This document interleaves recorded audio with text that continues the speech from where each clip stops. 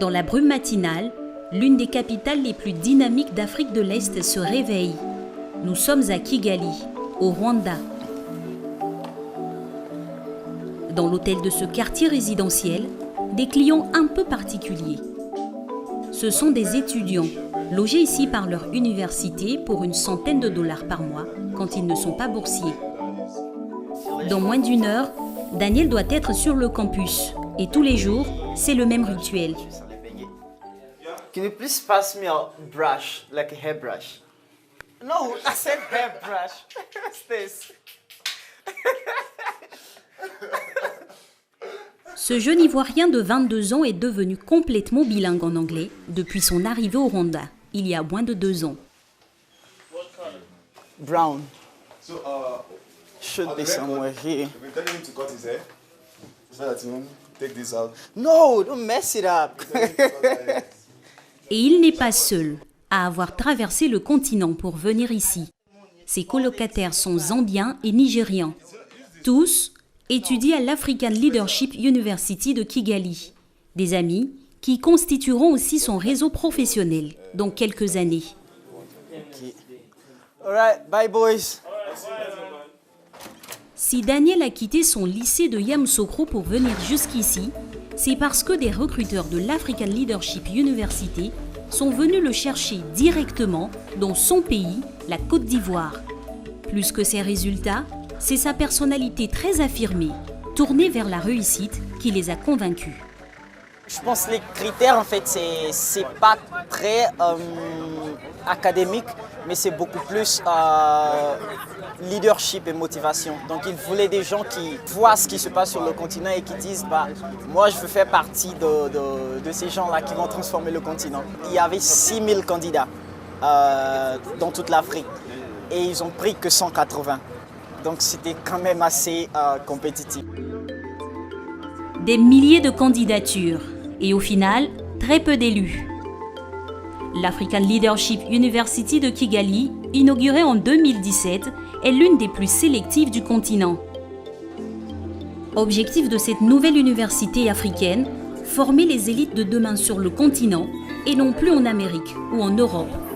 Elle a été créée par un homme, Fred Swaniker.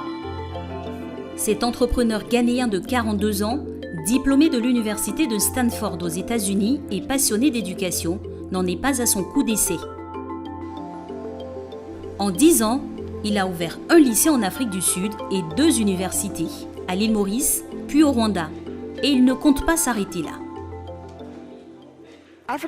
L'Afrique a le taux de croissance démographique le plus élevé au monde, mais aussi la population la plus pauvre. Et d'ici 2050, 1 milliard de personnes auront besoin d'un emploi sur le continent. Donc si on n'accélère pas l'économie, on est assis sur une bombe à retardement.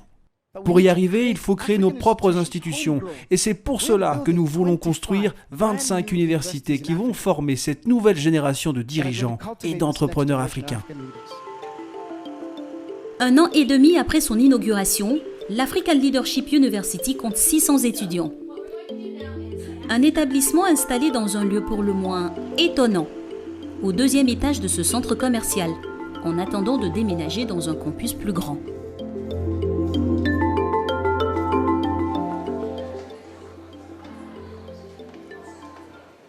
Ici, les professeurs ont complètement repensé leur manière d'enseigner, à tel point que les salles de classe ressemblent parfois à des salles de théâtre. Allez, vous vous mettez par groupe de 5 et vous formez un cercle. Tout le monde choisit 3 objets. Bon, est-ce que tout le monde est prêt? Ok. Alors, ce que vous allez faire, c'est que vous allez expliquer à vos petits camarades comment les 3 objets que vous avez choisis permettent de vous décrire. Ma vie est comme ce crayon. Vous prenez ce crayon, vous écrivez, et si besoin, vous pouvez facilement effacer, parce que ce crayon a une gomme. Et ça me symbolise plutôt bien, parce que dans ma vie, il y a certaines erreurs que j'ai commises, mais je ne les laisse pas m'envahir. J'essaye de les mettre de côté, et je vais de l'avant. Des cours et des enseignants bien loin du modèle des universités traditionnelles. La plupart viennent du terrain. Ils ont été recrutés dans de grandes entreprises comme Amazon ou des ONG actives sur le continent. C'est le cas de ce professeur qui a passé des années à travailler sur des thématiques d'entrepreneuriat au Nigeria. On pense que la connaissance de soi est le point de départ du leadership. Les leaders qui se connaissent eux-mêmes savent leurs forces et leurs faiblesses et ils savent ce dont ils sont vraiment capables. Après ça, ils peuvent se remettre en question. Aujourd'hui, on a besoin de ce genre de leaders dans nos communautés en Afrique. Des gens qui connaissent le terrain et les problèmes qu'il faut résoudre. À quelques mètres de là, dans une autre salle, des étudiants de deuxième année présentent des projets de start-up face à des dirigeants d'entreprise venus jouer le rôle de potentiels investisseurs.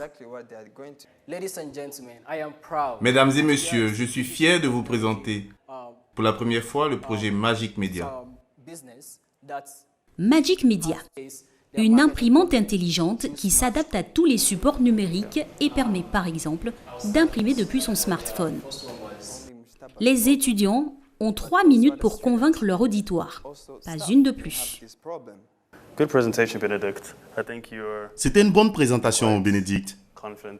Vous êtes confiant dans la manière dont vous emmenez votre idée et on s'est dit que ça doit marcher.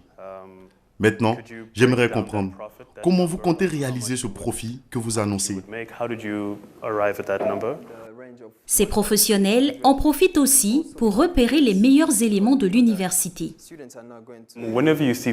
Quand on voit des gens qui ont du potentiel, on a toujours envie de s'associer avec eux. S'ils ont un peu moins d'expérience que nous, c'est toujours enrichissant de pouvoir guider ces personnes et dénicher des talents pour les associer à votre entreprise. La pratique et l'expérience du terrain, plutôt que la théorie et les grands concepts académiques, c'est toute la philosophie de l'université, portée par son doyen. Tous nos bureaux sont en open space et notre modèle repose sur une structure très égalitaire. Donc les étudiants peuvent venir rencontrer les professeurs ou les autres employés de l'université s'ils en ont besoin. À ALU, l'espace a donc été pensé pour qu'il n'y ait pas de barrière entre les professeurs et les élèves. Et surtout, le programme est fait à partir des besoins réels du marché du travail africain. Avant d'ouvrir notre premier campus, on a sondé pas mal d'employeurs sur le continent. Et on leur a demandé quelles sont les qualités que vous attendez d'un étudiant diplômé. Et à partir de là, on a défini notre programme d'études basé sur le leadership. Devenir des leaders, tout un programme pour ces étudiants, sélectionnés parmi les meilleurs. Certains d'entre eux ont même refusé d'intégrer de prestigieuses universités à l'étranger. J'ai candidaté dans un certain nombre de facultés aux États-Unis, dont la NYU, l'Université de New York, et j'ai été admis partout. J'ai aussi obtenu des bourses pour aller étudier dans chacun de ces établissements. Mais au moment de choisir, j'ai décidé de venir à LU.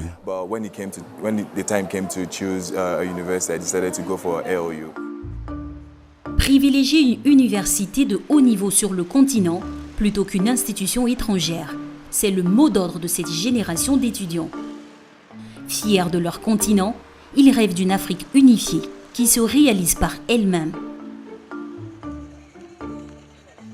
C'est le cas de ces étudiantes. En fin de semaine, après les cours, elles se retrouvent dans un café de Kigali.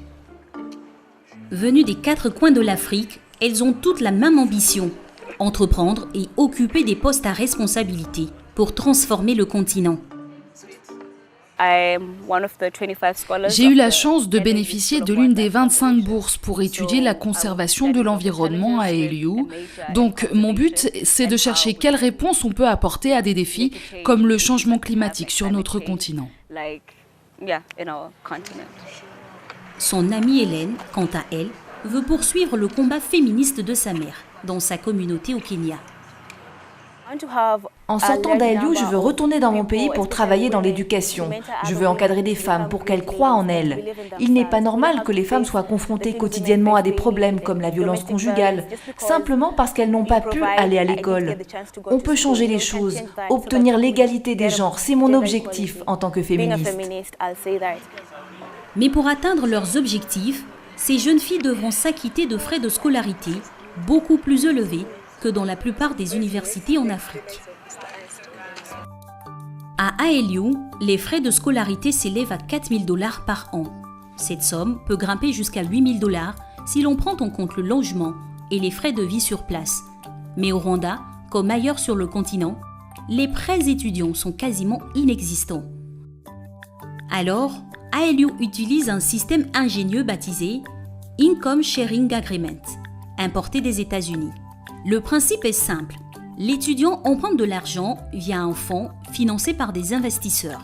Puis, une fois diplômé, il s'engage à reverser à ce fonds un certain pourcentage de son salaire pendant une période donnée. Pour en bénéficier, il suffit de signer un contrat avec l'université, comme Charline, une étudiante venue du Kenya qui n'aurait jamais pu étudier à ALU sans ce système de financement. Bonjour Christiane. Bonjour, comment vas-tu? Assieds-toi. Comment est-ce que je peux t'aider? Je voulais juste signer mon contrat et me renseigner sur les nouvelles conditions. Ok, alors allons-y. Tu sais que ton contrat, tu dois le re-signer tous les ans, donc le voilà pour cette année. Est-ce que tu as pris un stylo? Oui, j'en ai un. Ok, est-ce que tu as des questions au sujet de ce contrat? Prenons l'exemple de Charline. La jeune femme va percevoir 2 500 $ par an pendant 3 ans, soit en tout 7 500 $ pour l'ensemble de sa scolarité. Une fois diplômée, elle devra rembourser 15% de son salaire pendant 10 ans. Ce taux de remboursement varie selon la somme reçue par l'étudiant, mais le montant total du remboursement ne peut pas dépasser 3 fois la somme initialement prêtée, soit un maximum de 22 500 $ dans le cas de Charline. Pour résumer, plus les jeunes diplômés gagnent d'argent à la sortie de l'école, plus l'organisme prêteur en reçoit. Un système gagnant-gagnant, selon Charline.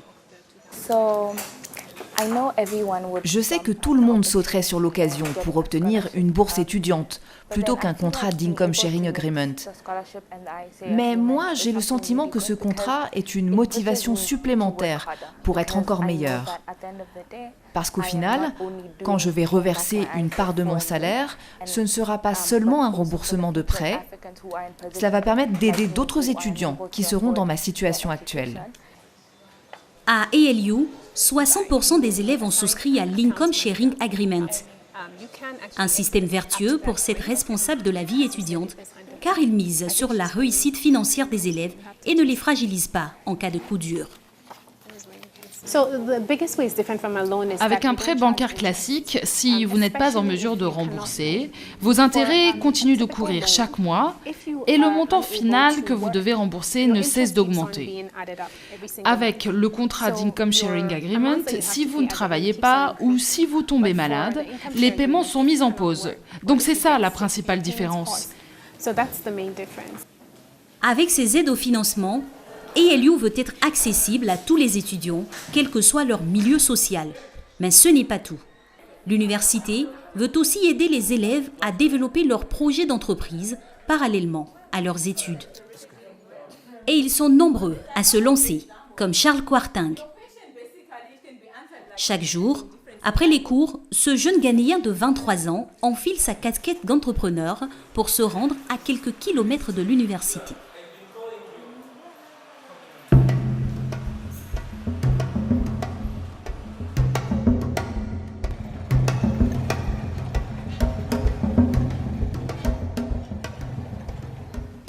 C'est ici, avec plusieurs amis, que Charles a créé Volta Irrigation, un système d'irrigation innovant, 100% écologique, qui loue à des coopératives agricoles.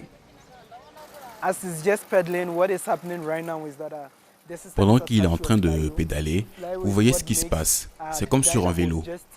On a installé un système de dynamo qui permet de charger cette batterie, qui a une très grande capacité et qui permet d'actionner une pompe située dans l'eau. L'eau puisée par la pompe est ensuite transportée grâce à un tuyau d'irrigation jusqu'à l'arroseur situé un peu plus loin. Une idée simple, efficace, qui a changé la vie des fermiers locaux.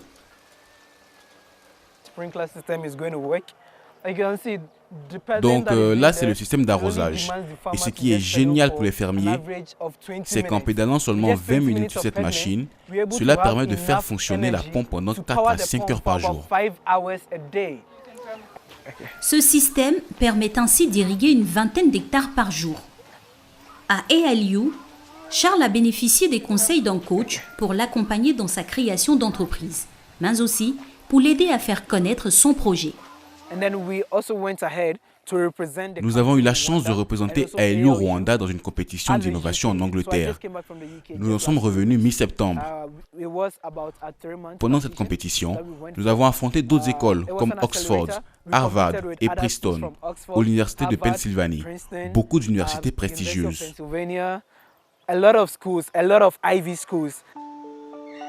La jeune start-up qui est allée jusqu'en finale, avant d'échouer au pied du podium, a tout de même remporté un prix de $10 000, de quoi fabriquer 4 nouvelles pompes comme la sienne. À l'image de Charles, l'étudiant ghanéen, ou de Daniel, l'étudiant ivoirien, les fondateurs d'ALU rêvent de former 3 millions de jeunes champions africains d'ici 2050.